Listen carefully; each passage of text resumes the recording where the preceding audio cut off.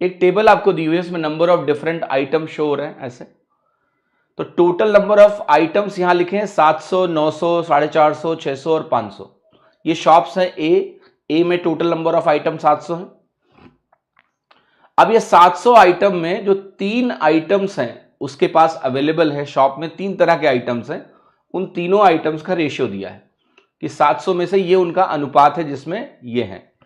फिर per unit selling price यहां दी है कि भाई टीवी जो है 20,000 रुपए पर यूनिट बिकती है, लैपटॉप 36,000, मोबाइल 18,000, शॉप ए में।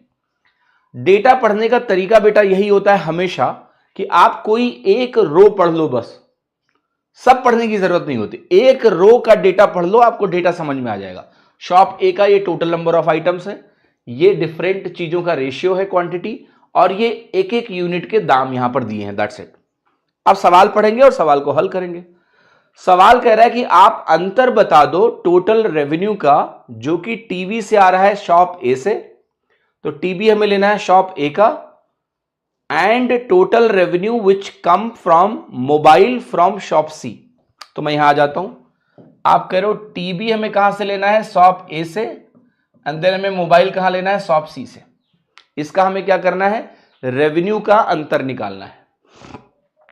तो रेवेन्यू कैसे निकलेगा, सबसे पहले तो मुझे शॉप ए के टीवी की संख्या चाहिए, क्वांटिटी चाहिए, राइट। तो मैं क्वांटिटी लिख रहा हूं। आप ये कहोगे कि देखो टोटल 4, 2, 6 एक 7 यूनिट बन रहा है, ये जो 7 यूनिट टोटल है ये 700 के बराबर है। इसका मतलब क्या है, इसका मतलब है कि एक यूनिट हमारा 100 के बराबर है। 7 यूनिट 700 है तो एक यूनिट 100 है, तो जो टीवी है 4 यूनिट ये 400 के बराबर है।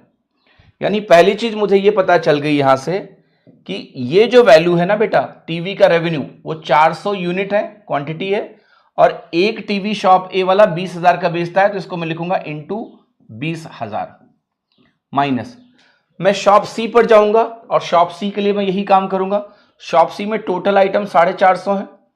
अब इसमें अगर मुझे मोबाइल निकालना है, मोबाइल लास्ट में लिखा है 5 यूनिट, वैल्यू क्या होगी, आप कहोगे 7, 3, 10, 5, 15 हो गया, 15 यूनिट 450 के बराबर है, तो एक यूनिट क्या है, 30 के बराबर होगी। 15 यूनिट 450 तो एक यूनिट 30 है, तो 5 यूनिट किसके बराबर है बेटा, 150, यानी मोबाइल 150 है।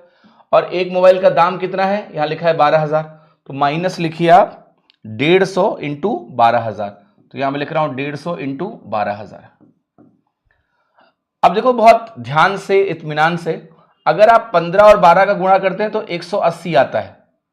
1, 2, 3, 4 जीरो पहले ही थे, लगा दो, तो यहां हो गया 18 के बाद 5 जीरो, यहां 4 दूनी 8 आएगा, और 8 के बाद आपको मिल रहा है यहां 6 जीरो, यस, 2, 2, 4, 2, 6।